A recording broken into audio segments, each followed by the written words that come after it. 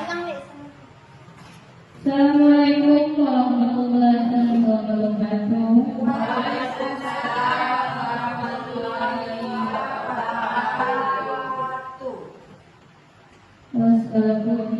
Yang terhormat Ibu Kepala Sekolah SDN 05 Kotala, yang saya hormati Bapak Ibu Guru SDN 05 Kotala. Puji syukur telah kita ucapkan kepada Allah Subhanahu wa Ta'ala, yang mana pada hari ini kita masih diberi limpahan kesehatan sehingga bisa dapat hadir di dalam ruangan ini dalam rangka diseminasi budaya positif di sekolah kita yang SDN 05 Kotala. Selamat beserta salam tak lupa dikirimkan bagi junjungan kita yang lainnya, Nabi besar Muhammad Sallallahu Alaihi Wasallam, yang telah membawa umatnya dari alam yang tidak berilmu pengetahuan ke alam yang berilmu pengetahuan yang seperti kita bisa pada saat sekarang ini.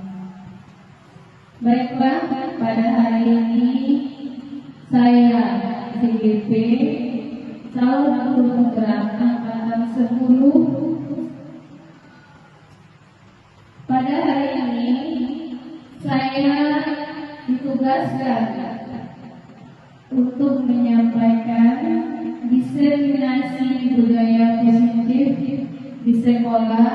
Ini merupakan aksi nyata kami di modul 1/4. Sebelum saya masuk pada penyampaian saya, diminta kepada Ibu Kepala Sekolah menyampaikan sepatah kata atau motivasi kepada kita bersama kepada Ibu dipersilakan.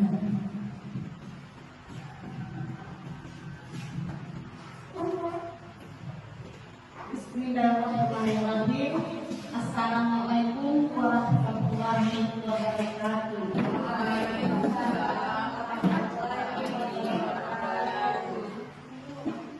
Yang saya hormati Bapak dan Ibu Majelis Guru UPT SDN 05 Kotala yang teristimewa,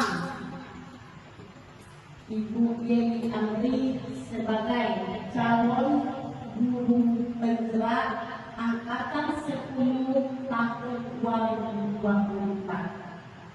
Bapak dan Ibu yang saya hormati, di sini kami tidak banyak menyampaikan saran pada siang hari ini. Ini adalah merupakan suatu tugas yang dilaksanakan oleh calon guru penggerak kita, yang alhamdulillah kita sudah ada 4 orang untuk hari ini, dan pada siang hari ini Ibu guru kita yang Yeni Amri akan melaksanakan atau menyampaikan tugasnya tentang penyampaian aksi nyata tentang disiplin budaya positif di sekolah. Untuk itu kami berharap kepada Ibu, termasuk walaupun Ibu pada hari ini hanya 1 orang yang akan menyampaikan, nanti siang lagi atau jam 1 masih ada 1 orang guru, berarti hari ini ada 2 orang. Mungkin saya tidak banyak mengulas kata buat ibu-ibu yang calon guru penggerak. Laksanakanlah tugas itu semaksimal mungkin. Apapun itu yang kita laksanakan, itu adalah demi kebaikan kita. Tingkatkan prestasi ibu di dalam mengembangkan tugas demi anak-anak kita nanti. Mudah-mudahan anak-anak kita ini nanti bisalah meningkatkan ilmu yang telah diberikan oleh ibu kepada anak-anak kita. Mungkin itu yang dapat saya sampaikan pada siang hari ini. Untuk langkah selanjutnya kami serahkan kepada calon guru penggerak, kepada Ibu Yeni Andri, nanti akan menyampaikan beberapa tugas pada hari ini. Akhir kata saya ucapkan Assalamualaikum warahmatullahi wabarakatuh.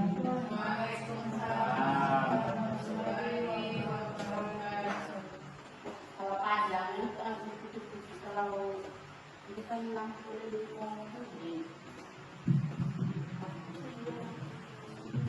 Terima kasih saya ucapkan kepada Ibu Kepala Sekolah. Seterusnya, pada hari ini saya sebagai calon guru penggerak kelas 10 akan menyampaikan diseminasi budaya positif di sekolah. Ini adalah modul aksi nyata kami pada modul 1.4, di mana kami harus berdiskusi menyampaikan apa yang kami terima di dalam pembelajaran guru penggerak kami yang selama ini diterima minggu kemarin. Harus kami sosialisasikan, harus kami sampaikan. Kita belajar bersama-sama apa itu budaya positif yang harus kita kembangkan di sekolah menurut pembelajaran calon guru penggerak.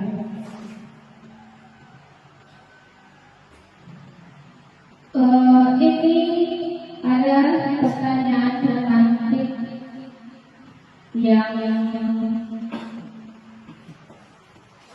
perlu kita bahas bersama-sama. Yang pertama, diharapkan Bapak Ibu silahkan dibaca-baca sebentar, dihayati,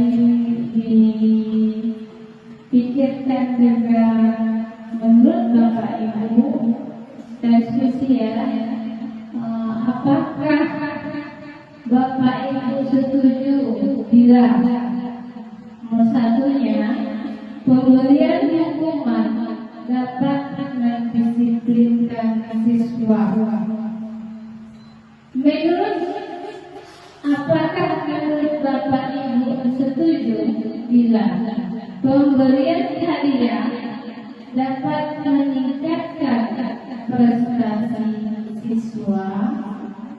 Kemudian pertanyaan yang ketiga, apakah Bapak Ibu setuju bila guru harus mampu memberikan solusi untuk setiap siswa bermasalah?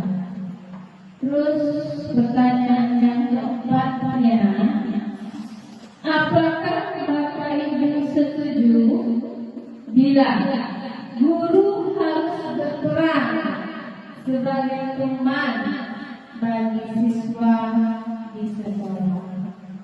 Kita akan bahas.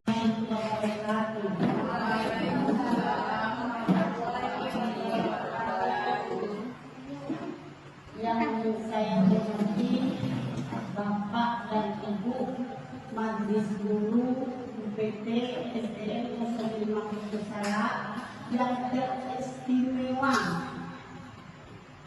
Ibu Yeni Andri sebagai calon guru penggerak angkatan 10 tahun 2024. Bapak dan Ibu yang saya hormati, di sini kami tidak banyak menyampaikan saran pada siang hari ini.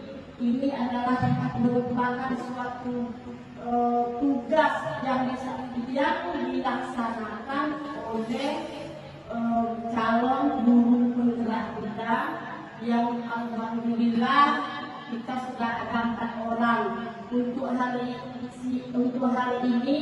Dan pada siang hari ini Ibu guru kita yang Yeni Andri akan melaksanakan atau menyampaikan tugasnya tentang penyampaian aksi nyata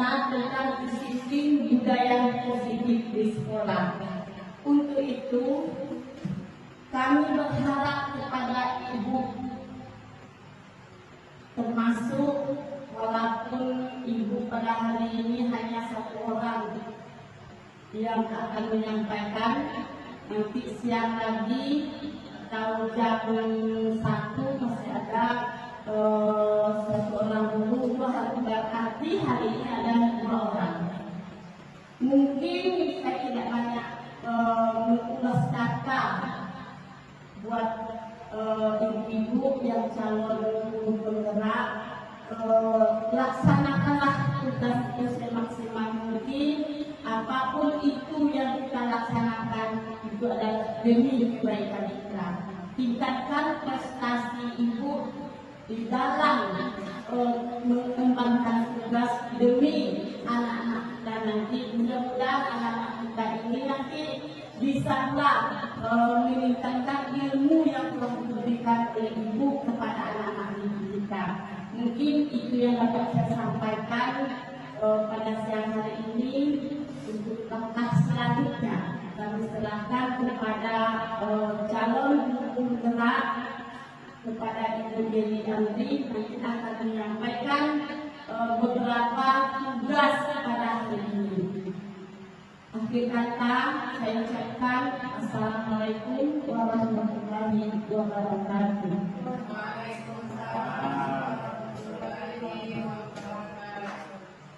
Kalau pandangan kalau bukan lampu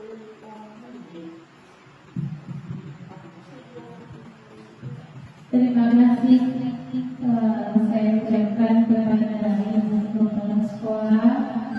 Khususnya pada hari ini saya sebagai calon guru penggerak angkatan 10 akan menyampaikan diseminasi budaya positif di sekolah. Ini adalah modul aksi nyata kami pada modul 1.4, di mana kami harus berdiskusi menyampaikan apa yang kami terima di dalam pembelajaran guru penggerak kami yang selama ini diterima minggu kemarin. Harus kami sosialisasikan, harus kami sampaikan. Kita belajar bersama-sama apa itu budaya positif yang harus kita kembangkan di sekolah menurut pembelajaran calon guru penggerak ini.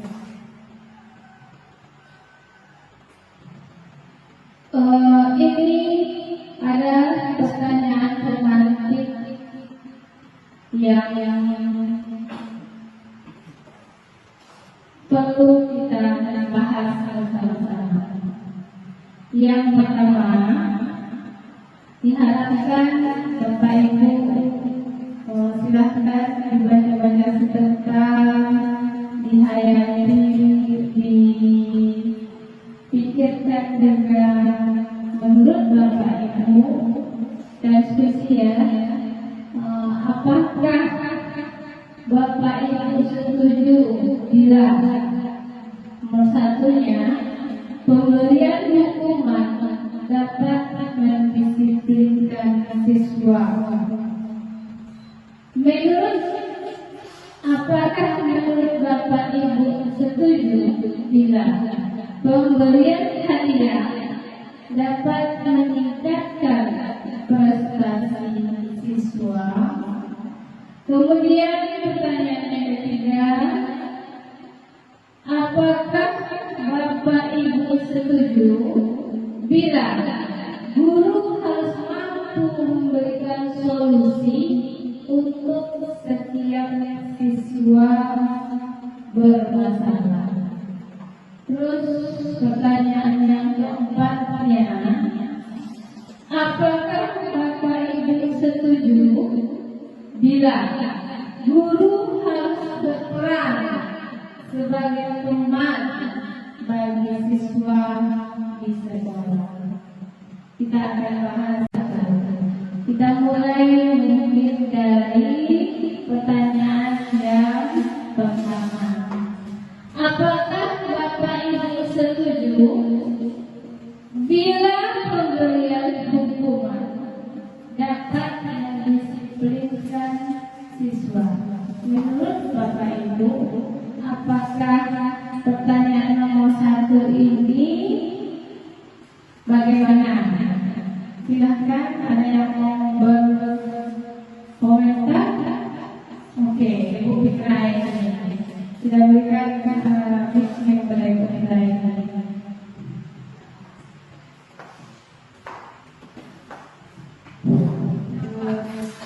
Terima kasih atas waktu yang diberikan kepada Yandri. Di sini saya akan mencoba menjawab apakah Bapak atau Ibu setuju bila pemberian hukuman dapat mendisiplinkan siswa. Memang di sekolah kita ini yang sering kita lakukan yaitu pemberian hukuman untuk mendisiplinkan siswa. Pada mulanya memang siswa itu takut apabila mendapat hukuman, sehingga dia akan menuruti apapun aturan yang kita berikan. Tetapi itu sifatnya bukan berasal dari dirinya sendiri, tetapi karena dia takut, sehingga jika tidak ada guru mungkin saja anak-anak itu tidak lagi menaati peraturan yang telah kita bentuk. Jadi intinya saya tidak setuju dengan pemberian hukuman untuk mendisiplinkan siswa. Terima kasih. Oke, terima kasih Ibu Fitra ini. Pendapat dari Ibu Fitra ini, pada dasarnya Ibu Fitra ini tidak setuju dengan adanya hukumannya, karena hukuman itu menurut Ibu Fitra ini hanya takut saja mereka melaksanakannya. Bagaimana dengan yang lain? Apakah menurut Bapak Ibu hukuman itu efektif atau tidak? Silakan.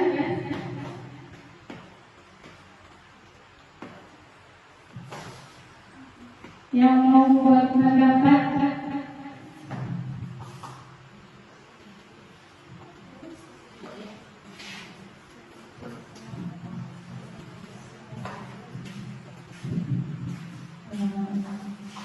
Baiklah, saya akan mencoba memberikan pendapat yang pertanyaan kedua ya.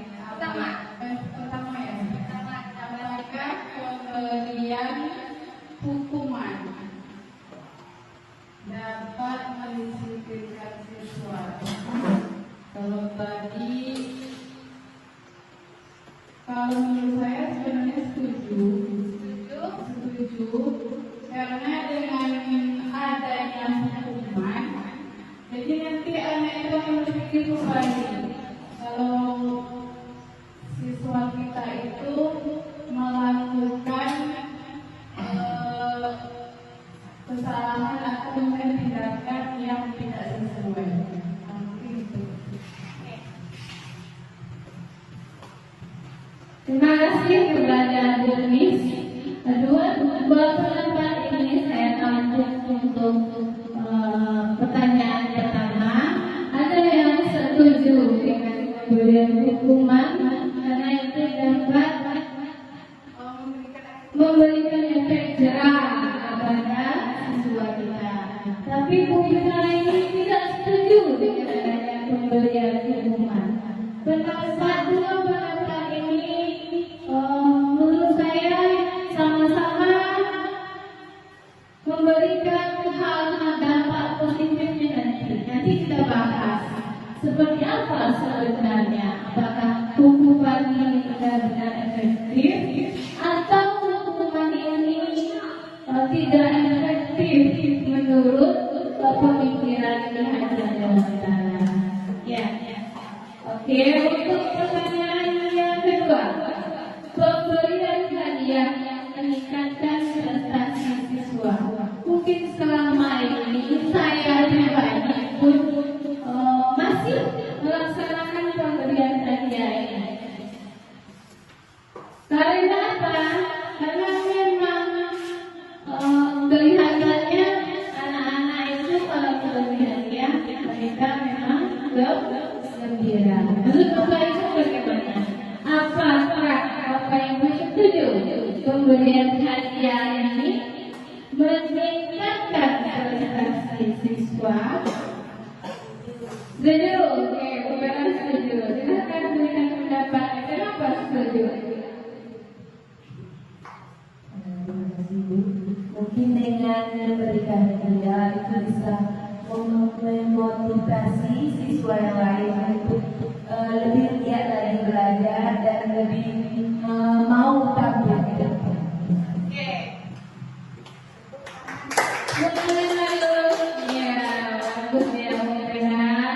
Menurut Bu Vera, pemberian hadiah itu dapat meningkatkan motivasi anak-anak sehingga mereka lebih mau belajar lagi.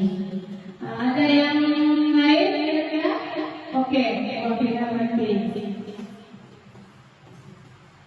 Assalamualaikum warahmatullahi wabarakatuh.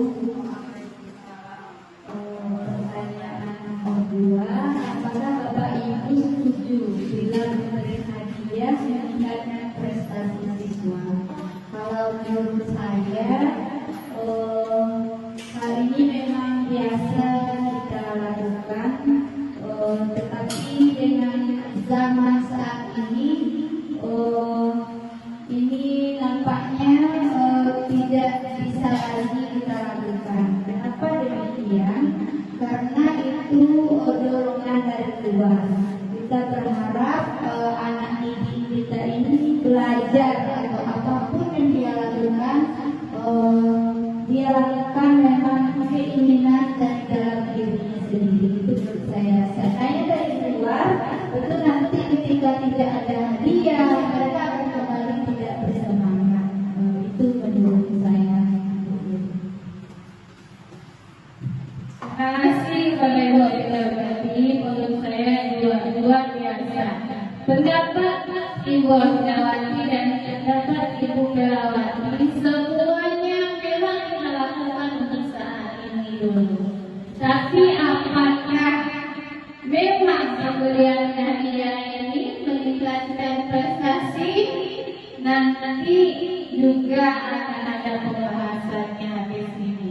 Jadi ini adalah pertanyaan-pertanyaan yang membuat kita nanti berdiskusi bagaimana sih sebenarnya pendapat ini, apakah benar diperbolehkan, apakah benar yang selama ini dapat saya sendiri yang kita bayang-bayang aja ya. Oke, bayang-bayang kemarin ya. Ya, mau yang tangan? Tangannya di atas. Tangan di atas. Kemudian kita putar selingkar dalam ya. Tangan di atas. Putar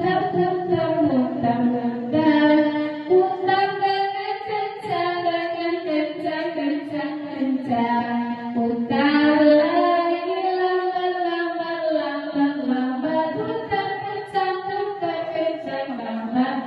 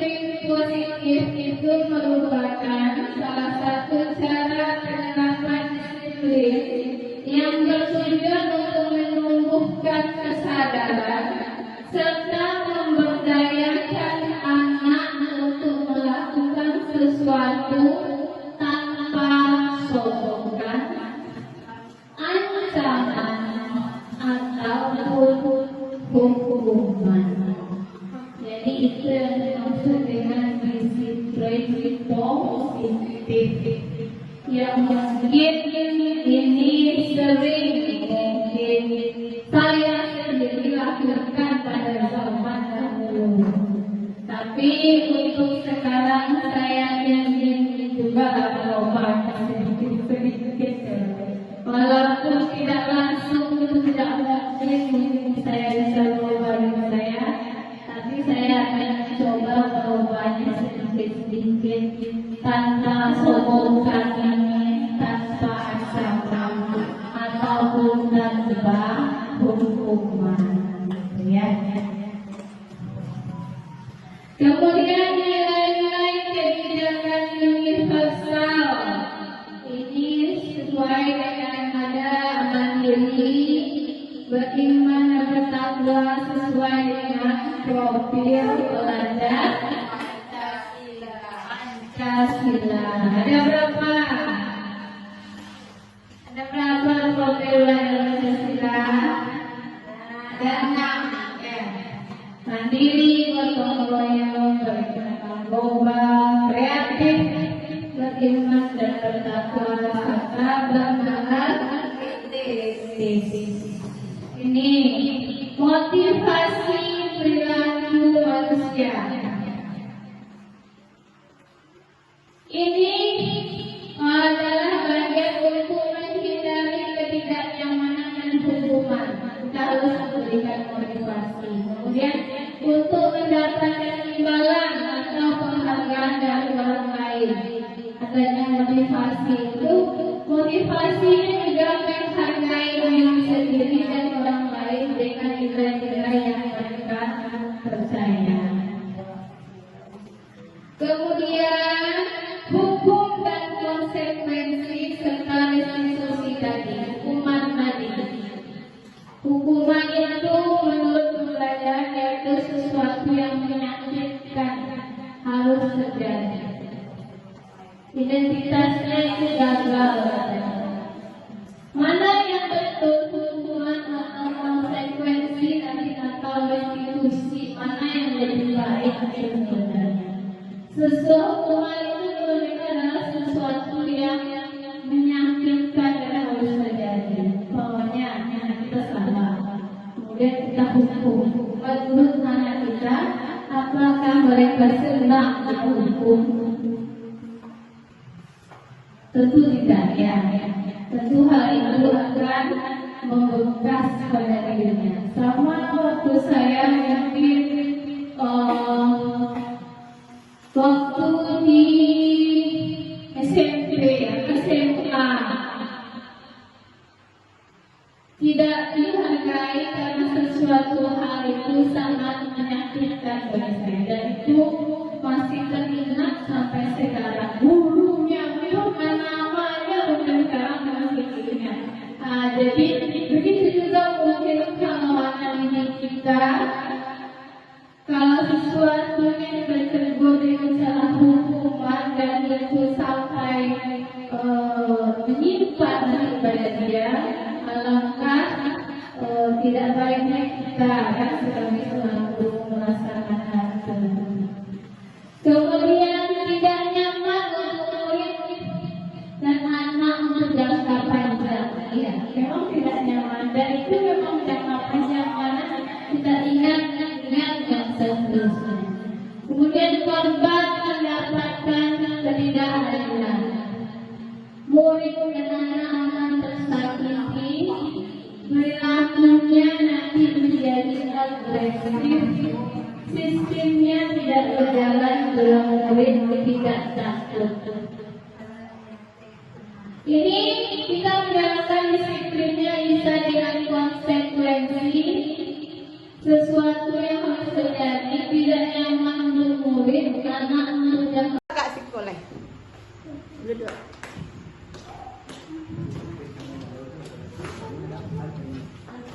Berdasarkan agak yang ini ya, hukuman konsekuensi dan restitusi ini, maka penjelasan tentang hukuman konsekuensi dan restitusi adalah hukuman itu tidak terencana, bersifat satu arah, bisa berhubungan fisikis ataupun kata-kata kasar.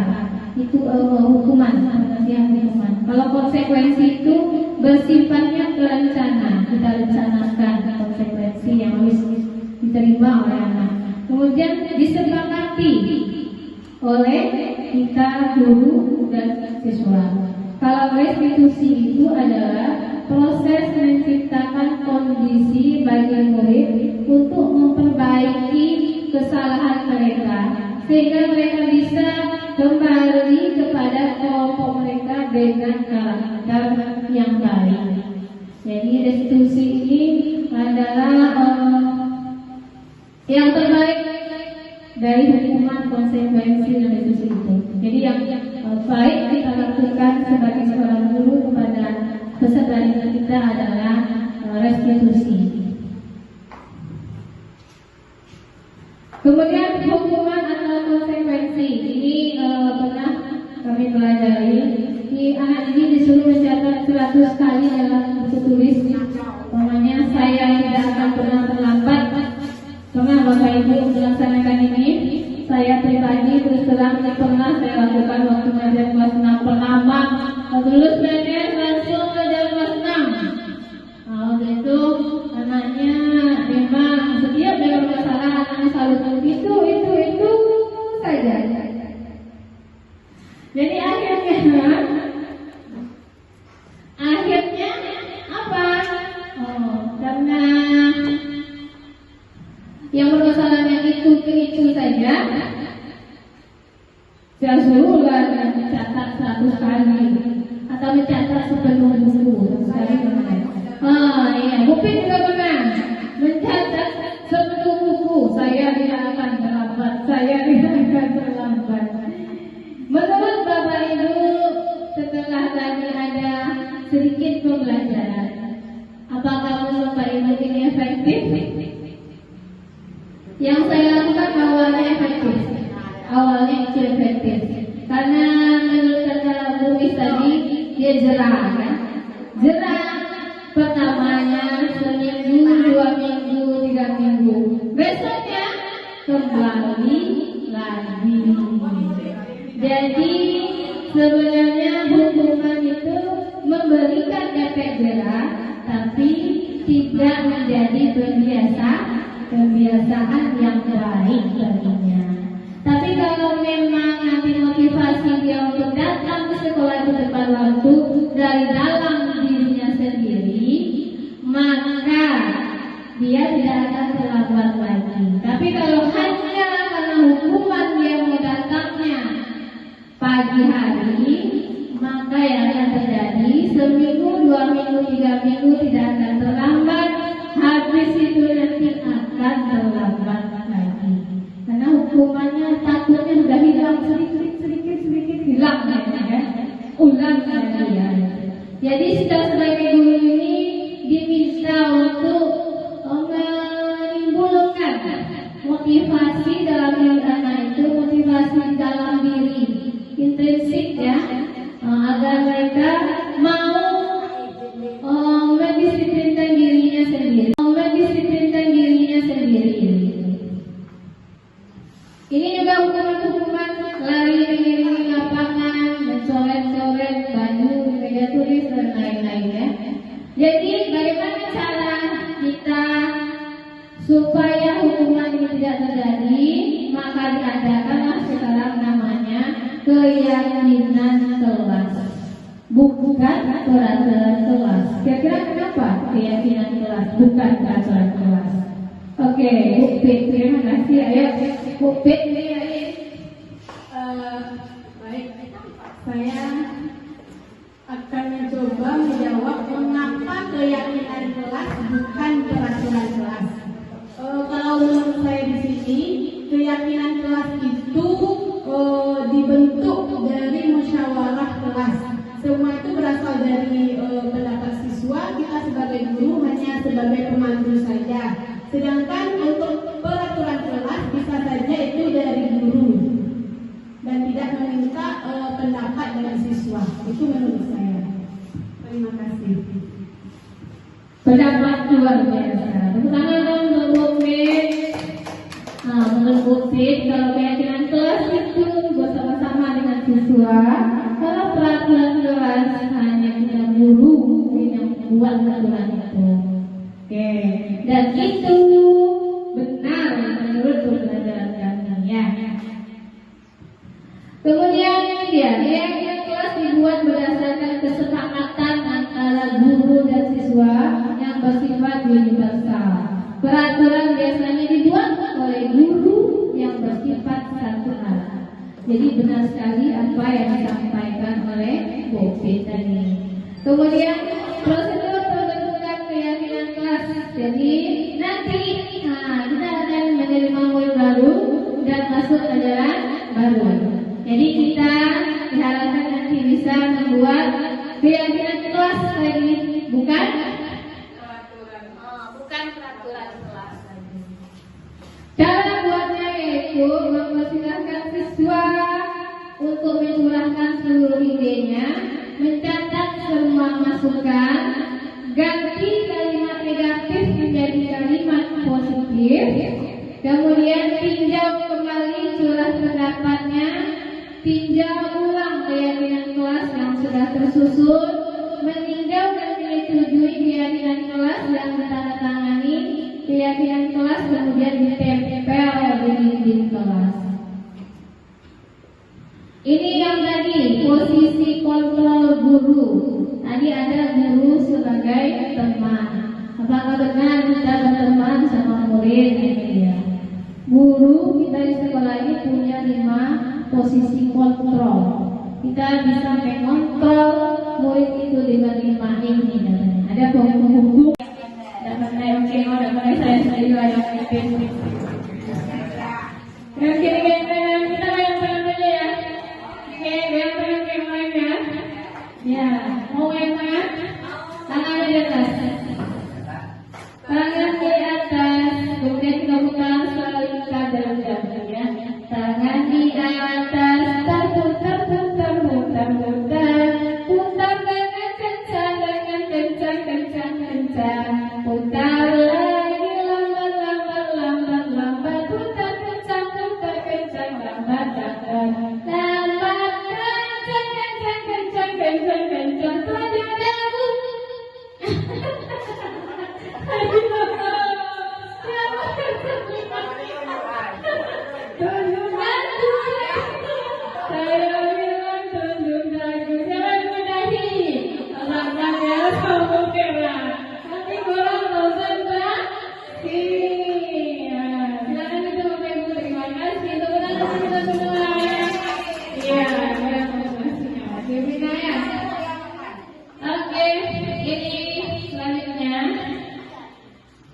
Untuk disiplin positif itu merupakan salah satu cara penerapan disiplin yang bertujuan untuk menumbuhkan kesadaran serta memberdayakan anak untuk melakukan sesuatu tanpa sogokan, ancaman ataupun hukuman. Jadi itu yang dimaksud dengan disiplin positif. Yang mungkin ini sering saya sendiri lakukan pada zaman dahulu. Tapi untuk sekarang saya ingin juga berubah sedikit. Walaupun tidak langsung itu tidak mungkin saya bisa berubah diri saya, tapi saya akan coba berubahnya sedikit tanpa sogokan, tanpa ancaman ataupun tanpa hukuman. Ya.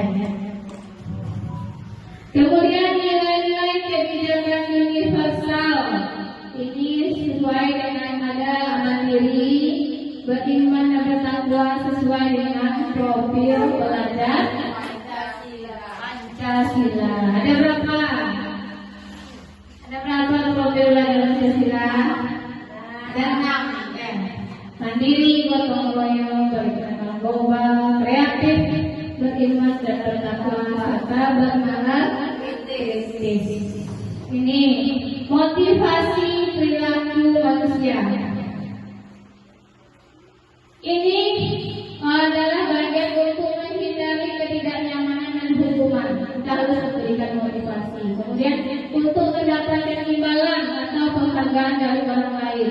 Adanya motivasi itu, motivasinya juga menghargai diri sendiri dan orang lain. baik dengan nilai-nilai yang mereka percaya. Kemudian hukum dan konsekuensi serta restitusi tadi, hukuman tadi. Hukuman itu menurut kebudayaan yaitu sesuatu yang menyakitkan harus terjadi.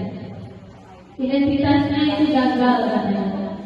Mana yang betul hukuman atau konsekuensi nanti atau restitusi, mana yang lebih baik sebenarnya?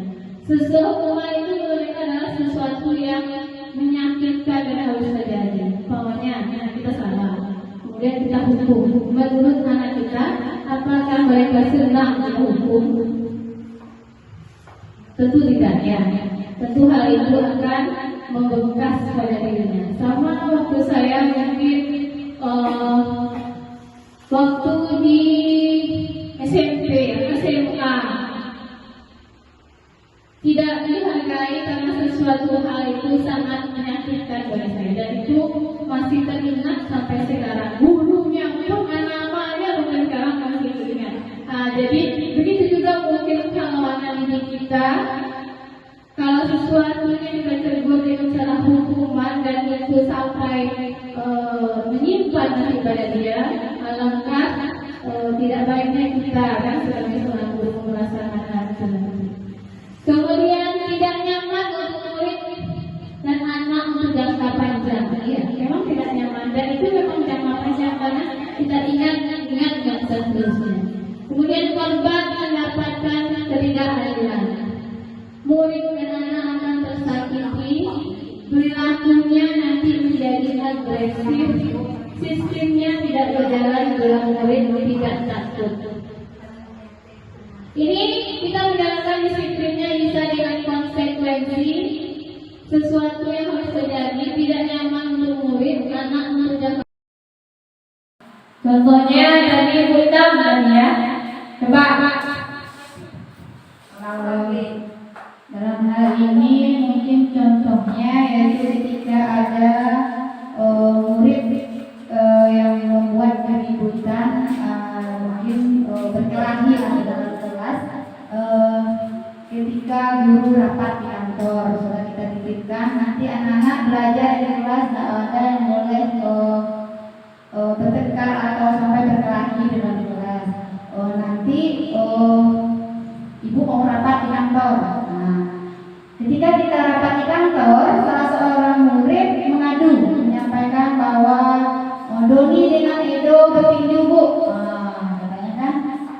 Jadi ibu guru, ibu yang wali kelas yang berada di kantor tentu sampai di kelas langsung negur keduanya dengan mengungkapkan seperti ini mungkin.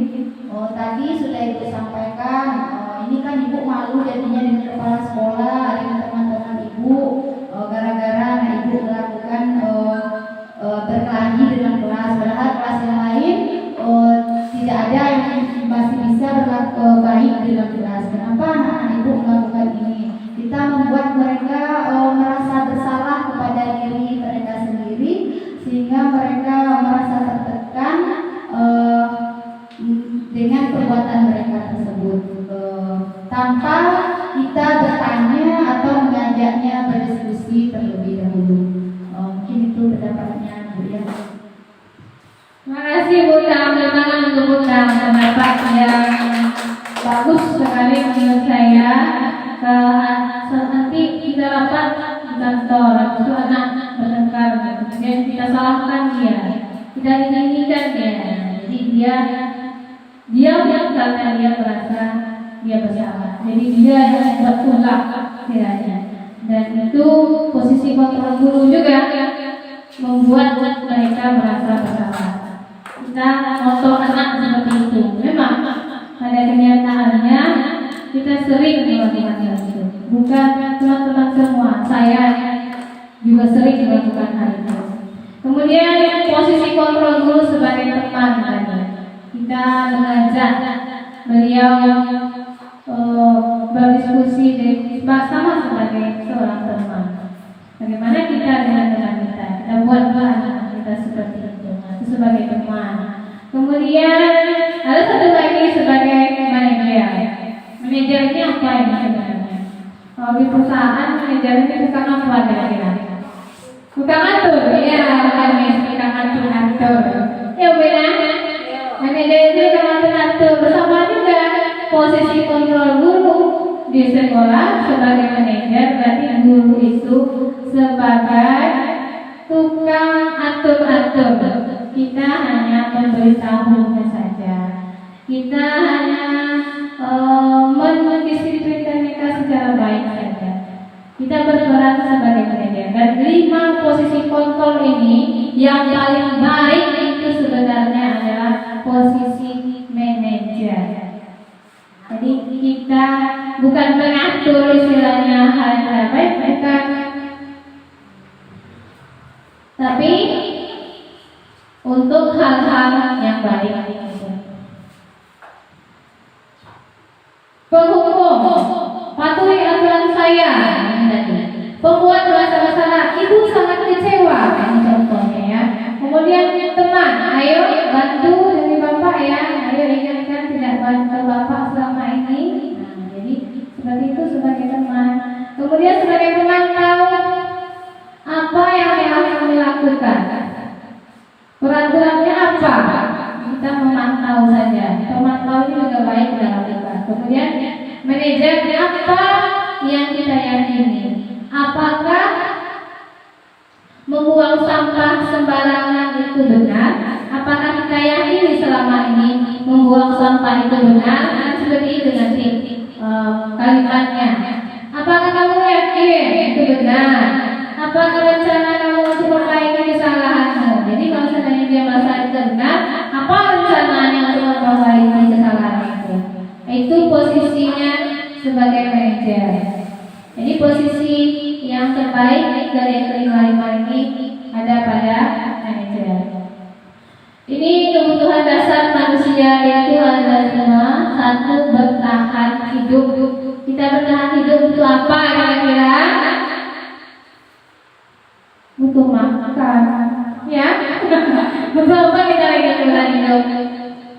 Butuh tempat duduk, butuh minum, butuh pakaian, ya. Kemudian butuh kasih sayang dan rasa terima. Kita di sekolah ini saja lah, kalau tidak ada lagi rasa saling menyayangi satu dengan teman yang lain, nah itu akan susah untuk ke sekolahnya lagi. Karena ada hal-hal yang kurang disenangi di sekolah. Tapi kalau rasa sayang itu tumbuh di suatu tempat, kita akan senang untuk sampai di tempat yang kita tuju. Kemudian keleluasaan, kebebasan, dan kesenangan. Itu 5 kebutuhan dasar manusia yang tidak bisa diganggu-gugat. Ice breaking lagi, oke, ice breaking. Ice breaking apa yang dilakukan? Tepuk love. Tahu tepuk love? Oke. Tepuk love, love kecil, love besar, love sedang, Love besar, love besar sekali. Ayo berikan di depan. Mobil boleh sakit kakinya. Love kecil tepuk tangan, love sedang tangan, love besar di kepala, love besar sekali. Ayo kita coba tepuk love. Love kecil, depan. Lagi tepuk love. Love kecil, love sedang, love besar, love besar sekali. Oke, tepuk tangan. Apa lagi yang berikutnya? Oh, yang kemarin apa teman-teman? Dengarkan apa yang saya ucapkan. Oke, dengarkan apa yang saya ucapkan. Ini 1, yang ini 2, dan yang ini 3. Dan yang ini berapa? Oke, dan yang ini 2. Dan Dan yang ini 2. Iya, yang salah. Oke, Umis yang benar. Benar Umis. Kira-kira ada yang tahu? Ini 1, yang ini 2, dan yang ini 3. Dan yang ini berapa? Yang ini 3. Kapan tahu ya? Dan yang ini berapa kira-kira? 1 kan? 3 dong ya. Bukan mungkin. Ya. Kenapa 3 kira-kira? Ya. Dengan yang saya ucapkan atau katakan itu cluenya ya. Cluenya ini dengarkan yang saya ucapkan. Ini 1, yang ini 2, dan yang ini 3. Ini berapa? 1. Masih bingung kan ya? Udah lah, biar saja. Sebentar kita semua. Kalau menjelaskan dengarkan yang saya ucapkan tadi.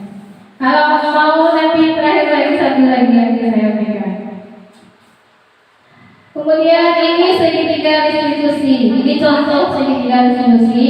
Aku senang main kejar-kejaran dengan ibu guru seru. Aku kejar karena ibu guru sayang aku.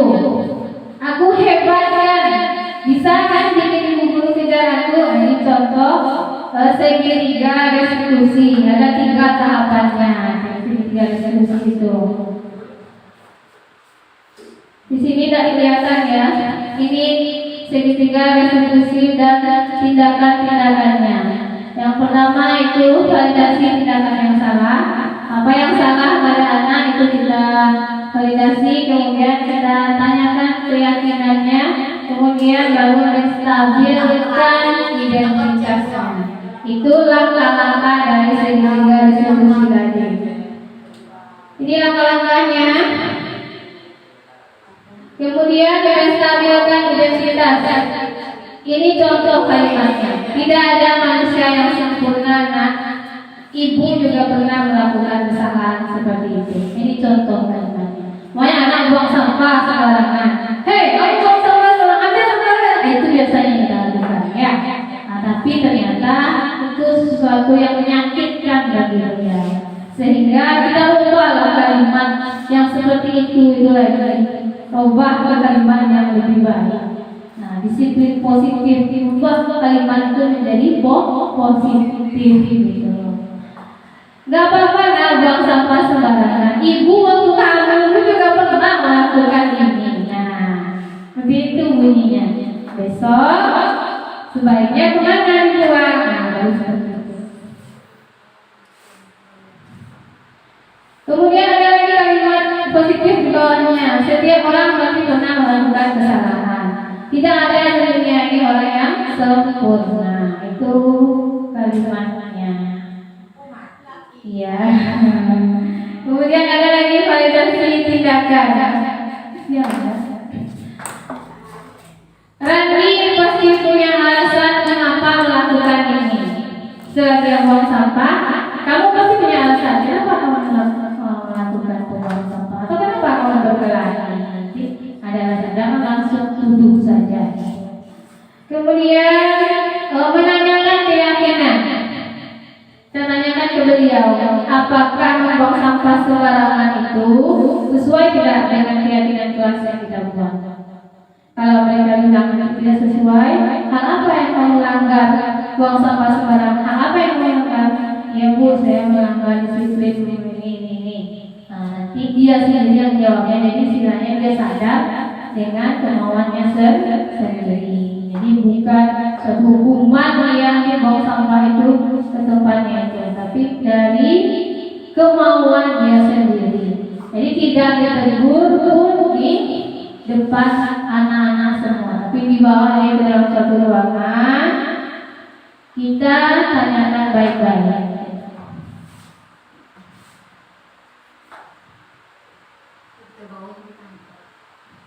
Oke, selesai untuk hari ini.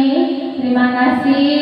Bapak Ibu guru hebat yang sudah mau mendengarkan kolaborasi antara saya dan ibu semuanya. Terima kasih semuanya. Tapi sebelum saya tutup, saya lihat sedikit satu kali lagi. Oke, Bu Ina. Kami masih dengan model yang sama biar Bu Ina tidak penasaran. Oke, 1 itu 3. Maaf, salah ya. 1 itu 4, 2 itu 3, 7 berapa? 1 itu 4, 2 itu 3, 7 berapa? Cluenya berhitung. Oke, ulang. Cluenya berhitung. 1 itu 4, 2 itu 3, 7 itu berapa? 5. Oke, Bupik jawab 5. Tepuk tangan untuk Bupik. Kira-kira kenapa kira-kira? Coba jelaskan.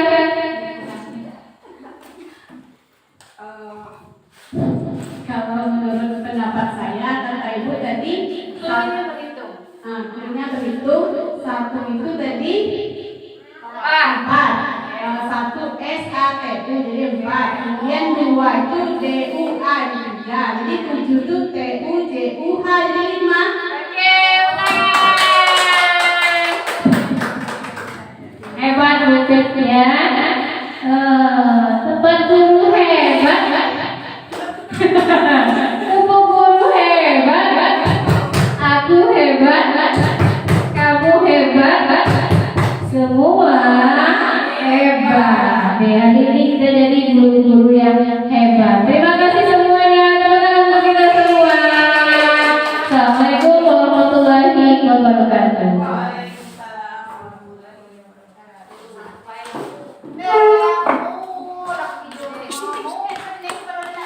Unik.